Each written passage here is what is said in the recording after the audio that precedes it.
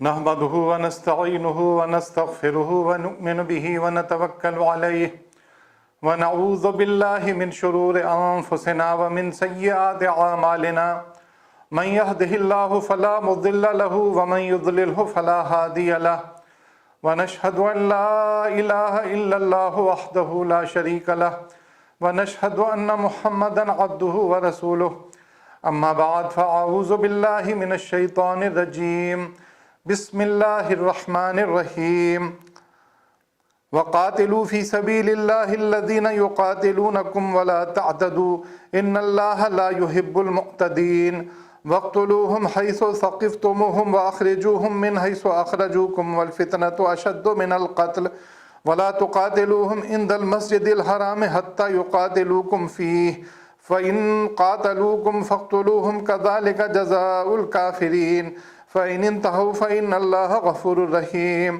وقاتلوا حتى لا تكون فتنة ويكون الدين لله فإن انتهوا فلا عدوان إلا على الظالمين الشهر الحرام بالشهر الحرام والحرمات قصاص فمن اعتدى عليكم فاعتدوا عليه بمثل ما اعتدى عليكم واتقوا الله واعلموا ان الله مع المتقین۔ صدق اللہ مولانا العظیم۔ آج سورہ بقرہ کی آیت نمبر 190 سے 194 آپ کے سامنے تلاوت کی ہیں۔ 5 آیات ہیں یہ، اور اللہ رب العالمین ان آیات میں فرماتے ہیں کہ اور تم اللہ کی راہ میں ان لوگوں سے لڑو جو تم سے لڑتے ہیں، مگر زیادتی نہ کرو۔ اللہ زیادتی کرنے والوں کو پسند نہیں کرتا۔ ان سے لڑو جہاں بھی تمہارا ان سے مقابلہ پیش آئے، اور انہیں نکالو جہاں سے انہوں نے تم کو نکالا ہے، اس لیے کہ قتل اگرچہ برا ہے مگر فتنہ اس سے بھی زیادہ برا ہے۔ اور مسجد حرام کے قریب جب تک وہ تم سے نہ لڑیں تم بھی نہ لڑو، مگر جب وہ وہاں لڑنے سے نہ چوکیں تو تم بھی بے تکلف انہیں مارو، کہ ایسے کافروں کی یہی سزا ہے۔ پھر اگر وہ باز آ جائیں تو جان لو کہ اللہ معاف کرنے والا اور رحم فرمانے والا ہے۔ تم ان سے لڑتے رہو یہاں تک کہ فتنہ باقی نہ رہے اور دین اللہ کے لیے ہو جائے۔ پھر اگر وہ باز آ جائیں تو سمجھ لو کہ ظالموں کے سوا اور کسی پر دست درازی روا نہیں ہے۔ ماہ حرام کا بدلہ ماہ حرام ہی ہے، اور تمام حرمتوں کا لحاظ برابری کے ساتھ ہوگا، لہٰذا جو تم پر دست درازی کرے تم بھی اسی طرح اس پر دست درازی کرو۔ البتہ اللہ سے ڈرتے رہو اور یہ جان رکھو کہ اللہ انہی لوگوں کے ساتھ ہے جو اس کی حدود توڑنے سے پرہیز کرتے ہیں۔ پورا اللہ رب العالمین نے لڑائی کا جو فلسفہ ہے، دشمن سے لڑنے کس وجہ سے کن حالات میں تلوار اٹھائی جائے گی، کن حالات میں دشمنوں سے لڑا جائے گا، یہ پورا ان 5 آیات میں اللہ رب العالمین نے بیان کر دیا۔ اور یہ بھی بیان کر دیا کہ یہ وجوہات کیا ہوں گی لڑائی کی، ان وجوہات کو بھی اللہ رب العالمین نے بیان کر دیا۔ دیکھیے پہلی آیت جو آیت نمبر 190 اس میں فرمایا اور تم اللہ کی راہ میں ان سے لڑو، ان لوگوں سے لڑو جو تم سے لڑتے ہیں، مگر زیادتی نہ کرو، اللہ زیادتی کرنے والوں کو پسند نہیں کرتا ہے۔ کیا مطلب ہے اس کا؟ کہ تمہیں ان سے لڑنا ہے۔ کیوں لڑنا ہے؟ اس کی لڑنے کی ایک وجہ یہ بتائی کہ ان سے لڑو جہاں بھی تمہارا ان سے مقابلہ پیش آئے، اور تم انہیں نکالو جہاں سے انہوں نے تم کو نکالا ہے، اس لیے کہ قتل اگرچہ برا ہے مگر فتنہ اس سے بھی زیادہ برا ہے۔ کس لیے لڑائی کرو؟ کہ فتنہ قتل سے بھی زیادہ بری چیز ہے۔ تو فتنے کو ختم کرنا ہے۔ فتنے کو ختم کرنے کا کیا مطلب ہے؟ لوگوں کو مارنے کا کیا مطلب ہے؟ اور مارنے میں زیادتی نہ کرنے کا کیا مطلب ہے؟ فتنہ یہ کہ زبردستی، زور زبردستی سے لوگوں کو اس بات سے روکا جائے کہ وہ اصلاح کی اور اللہ کے دین کو قائم کرنے کی تحریک اور اللہ کے بندوں تک اللہ کی دعوت کو پہنچانے سے زبردستی روکیں۔ جب وہ زبردستی روکیں تو زبردستی روکیں تو پھر ان سے لڑنا تم پر جائز ہے، تم ان سے لڑو۔ اور فتنے کا کیا مطلب؟ فتنہ یہ ہے کہ اللہ کے دین کے سوا کوئی اور زمانے میں کوئی چلن ہے، کوئی اور نظام زندگی ہے، تو وہ بنیادی طور پر فتنہ ہے، انسانوں کے لیے نقصان کا سبب ہے، انسان اس کی وجہ سے مصیبت میں مبتلا رہتے ہیں۔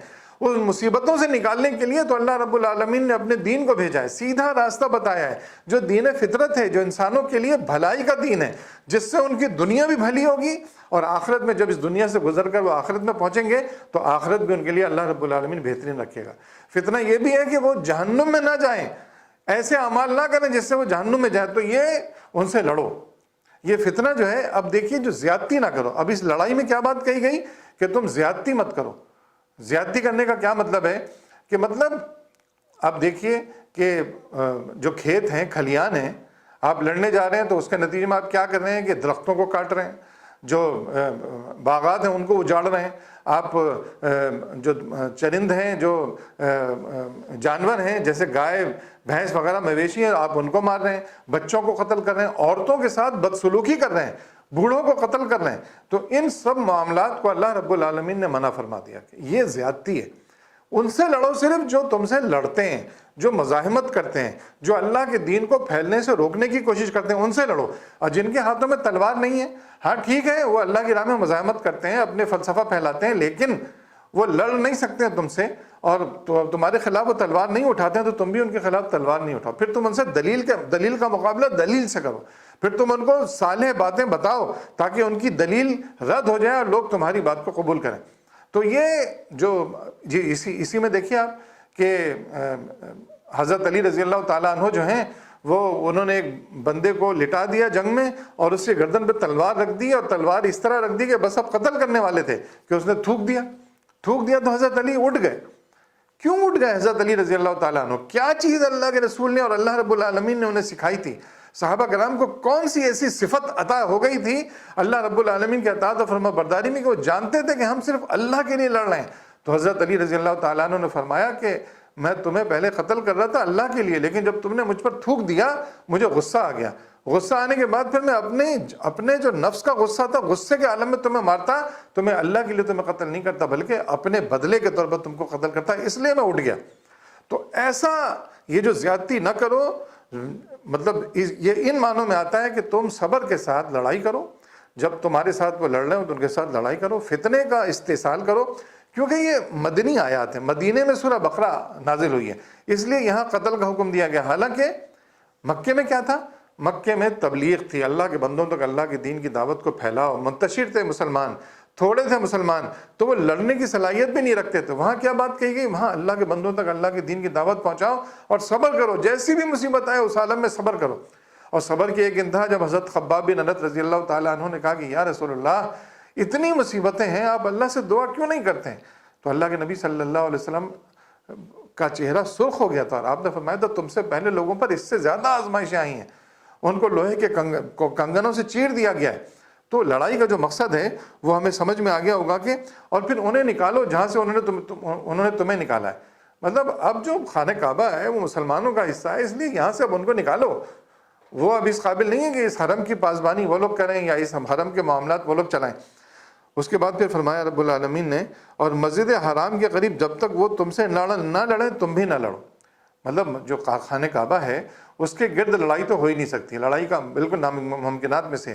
لیکن اگر وہ لوگ لڑ رہے ہو تو تم پھر ان کی تلواریں کھانے کے لیے نہیں ہو، پھر ان سے لڑو تاکہ وہ تلواریں چھوڑ دیں، وہ اسلحہ چھوڑ دیں، اور تم اصل میں تم اس کے ذمہ دار ہو. اصل میں تم خانہ کعبہ تمہاری میراث ہے، کسی اور کی میراث نہیں ہے. مسلمانوں کے سوا کسی اور کو حق نہیں ہے کہ خانہ کعبہ کے معاملات وہ دیکھیں یا خانہ کعبہ میں جو لڑے تب تم ان سے لڑو. اور پھر کیا فرمایا؟ جب وہ وہاں لڑنے سے نہ چکے تو تم بھی بے تکلف انہیں مارو، کہ ایسے کافروں کی یہی سزا ہے. اور پھر اگر وہ باز آ جائیں تو جان لو کہ اللہ معاف کرنے والا اور رحم فرمانے والا ہے. ہاں پھر وہ اگر تلوار رکھ دیں، اسلحہ رکھ دیں، تو پھر تم کو ان کو مارنے کی اجازت نہیں ہے، پھر تم چھوڑ دو ان کو، ان کے حال پر چھوڑ دو، اور تم واعظ و تلقین اور نصیحت و تبلیغ اور اللہ قرآن مجید کے آیات سنا کر ان کو جو ہے اللہ کی بندگی اور اللہ کے راستے پر لے کر آؤ. اس کے بعد فرمایا کہ تم ان سے لڑتے رہو یہاں تک کہ فتنہ باقی نہ رہے. اب یہاں پہ جو پہلے جو فتنہ تھا اور اس فتنے میں تھوڑا سا فرق ہے. اس فتنے میں کیا تھا کہ تمہیں روک رہے ہوں نظام دین کو غالب کرنے سے، وہ مصیبت ڈال رہے ہوں، زبردستی روک رہے ہوں، تو پھر تم ان سے لڑو، وہ فتنہ باقی نہ رہے. اور یہاں پہ کیا بات فرمائی گئی کہ تم ان سے لڑو یہاں تک کہ فتنہ باقی نہ رہے اور دین اللہ کے لیے ہو جائے بالکل خالص، اللہ کا کلمہ سر بلند ہو جائے، دنیا سے باطل کی خدائی مٹ جائے. اللہ کے دین کو غالب کرنے کے لیے جو طاقت ہے، اسلحہ ہے، وہ اٹھاؤ تاکہ اللہ کا دین غالب ہو. چونکہ اب تمہارے پاس ریاست آ گئی ہے، مکے میں تمہارے پاس ریاست نہیں تھی، اب یہاں پہ تمہارے پاس ریاست ہے، اور ریاست میں اللہ کا دین چلے گا، اللہ کا قانون چلے گا، اور اللہ کے قانون سے جو لوگ روکیں گے ان کے خلاف تم لڑائی کرو گے اور فتنے کا استحصال کرو گے، فتنے کو ختم کرو گے، تاکہ دین اللہ کے لیے خالص ہو جائے۔ دیکھیے اللہ رب العالمین کو تمہاری بندگی کروانے کا شوق نہیں ہے، تمہارے فائدے کی چیز ہے اللہ کی بندگی۔ اس نے تمہاری فطرت کے اعتبار سے، تمہاری اجتماعیت کے اعتبار سے، تمہاری انفرادی زندگی کے اعتبار سے جو معاملات اور جو ہدایات دیے ہیں وہ تمہارے بھلے کے لیے دیے ہیں۔ تو اس دین کو غالب کرنے کے لیے تم اللہ تلوار اٹھا سکتے ہو، اسلحہ اٹھا سکتے ہو، اللہ کا دین غالب ہو۔ اور پھر فرمایا کہ پھر اگر وہ باز آ جائیں تو سمجھ لو کہ ظالموں کے سوا اور کسی پر دست درازی روا نہیں ہے۔ جو ظالم ہیں پھر ان کو تم مار سکتے ہو۔ اب جیسے مکہ فتح ہوا تو حضور نبی کریم صلی اللہ علیہ وسلم نے سب کو معاف کر دیا، سب نے چونکہ اسلحہ نہیں اٹھایا تھا، لیکن 17 آدمیوں کی فہرست جاری کی کہ ان کو قتل کر دیا جائے۔ پھر ان 17 میں سے بھی صرف 4 کو قتل کیا گیا، کیونکہ باقی جو 13 افراد تھے وہ یا تو بھاگ گئے تھے، یا پھر انہوں نے اسلام کو قبول کر لیا تھا، یا وہ سرنڈر ہو گئے تھے، اس لیے ان کو چھوڑ دیا گیا، لیکن 4 افراد کو اس موقع پر مارا گیا۔ اور پھر فرمایا کہ ماہ حرام کا بدلہ ماہ حرام ہی ہے، اور تمام حرمتوں کا لحاظ برابری کے ساتھ ہوگا، لہٰذا جو تم پر دست درازی کرے تم بھی اسی طرح اس پر دست درازی کرو۔ یہ مکہ میں، عرب میں 4 مہینے ایسے تھے ماہ حرام جنہیں کہا جاتا ہے۔ ان 4 مہینوں میں کوئی لڑتا نہیں تھا، تو ان 4 مہینوں میں چونکہ امن ہوتا تھا تو کاروبار خوب چلتا تھا، لوگوں کا آنا جانا ادھر ادھر سب کچھ ہوتا تھا۔ وہ 4 مہینے کون سے تھے؟ ایک تو ذی قعدہ کا مہینہ تھا، ایک ذی الحجہ کا مہینہ تھا، اور ایک محرم کا مہینہ۔ 3 مہینے لگاتار تھے جسے حج کے مہینے کہتے تھے، کہ ذی قعدہ کے مہینے میں لوگ سفر کے لیے دور دراز سے نکلتے تھے، اور پھر ذی الحجہ کے مہینے میں پہنچتے تھے، حج کرتے تھے، پھر حج کرنے کے بعد یہاں سے واپس جاتے تھے۔ تو یہ 3 مہینے یہ والے، اور رجب کا مہینہ، چوتھا مہینہ رجب کا مہینہ، وہ کس لیے؟ وہ عمرے کے لیے وہ تھا، کہ عمرے کے زائرین جو آئیں تو وہ بحفاظت آ سکیں۔ اس زمانے میں نہ کوئی لوٹ مار ہوتی تھی نہ کچھ ہوتا تھا، لیکن کافروں کا حال یہ تھا کہ وہ ماہ حرام میں بھی لڑتے تھے، اور پھر کہتے یہ تھے کہ صاحب وہ اس دفعہ ہم نے رجب میں لڑائی کر لی ہے تو رجب کے بدلے اب جو ہے نا ربیع الاول میں جو ہے نا وہ ماہ حرام ہوگا، اپنی طرف سے ماہ حرام چینج کر لیتے تھے۔ تو اللہ رب العالمین یہ فرما رہا ہے کہ ماہ حرام میں مت لڑنا، لیکن اگر کوئی تم سے لڑے تو پھر تم پر لڑنا اس سے واجب ہے۔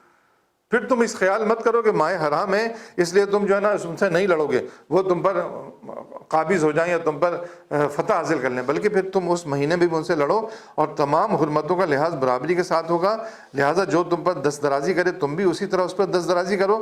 البتہ اللہ سے ڈرتے رہو، اور جان رکھو کہ اللہ انہی لوگوں کے ساتھ ہے جو اس کی حدود توڑنے سے پرہیز کرتے ہیں۔ تم مت توڑو کوئی حد، ہاں اگر کوئی توڑ دے پھر اس سے لڑو، پھر اس کو مارو، لیکن فتنے کی بات جو آئی تو پہلے فتنہ کیا تھا کہ تم کو روکا جاتا تھا، تمہارا دین کی تبلیغ، اور اس کو زبردستی روکا جاتا تھا، اور زبردستی وہ اپنا دین غالب اور نافذ کرتے تھے۔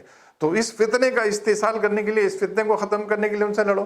پھر دوسری چیز کیا؟ اب تمہارے پاس ایک ریاست آ گئی، اس میں دین کو خالص کر کے اب یہاں اللہ کا نظام چلے، اللہ رب العالمین جو انسانوں کی بھلائی کے لیے اس نے دین اتارا ہے وہ اب نافذ ہو۔ اب اس میں جو رکاوٹ ڈالے پھر اس سے لڑو، اس کو قتل کرو، اس کو مارو۔ پھر اگر وہ لڑائی چھوڑ دے تو پھر تمہیں لڑنے کی اجازت نہیں ہے۔ اور ان لڑائیوں میں پھر جو احکامات آئے کہ تم کسی کھیت اور کھلیان کو تباہ نہیں کر سکتے، کسی باغ کو تباہ نہیں کر سکتے، بوڑھے نہیں مار سکتے ہو، ہاں جو اپنی معبد گاہوں میں ہیں، مطلب یہودی اگر اپنی عبادت گاہ میں ہے، عیسائی اپنی عبادت گاہ میں، یا کوئی اور اپنی عبادت گاہوں میں ہے اور وہ لڑائی نہیں کر رہا، اس اسلحہ نہیں نکالا، تو پھر تم اس سے بھی مت لڑو، اس کو بھی مت مارو۔ عورتوں پر زیادتی مت کرو، عورتوں کی بے حرمتی کی جاتی تھی، اس بات سے منع کر دیا گیا کہ عورتوں کی بے حرمتی مت کرو، بچوں کو قتل مت کرو، بوڑھوں کو، جو لڑنے والے لوگ ہیں، جو اسلحہ اٹھائے ہوئے ہیں، صرف تم ان کے ساتھ لڑائی کرو۔ تو اللہ رب العالمین ہمیں توفیق عطا فرمائے کہ ہم اس بات کو سمجھیں اور اسی اعتبار سے ہم اللہ کے دین کی خاطر اسلحہ اٹھانے والے بنیں۔ اقول قولی ھذا استغفر اللہ لی ولکم ولسائر المؤمنین وآخر دعوانا ان الحمد للہ رب العالمین۔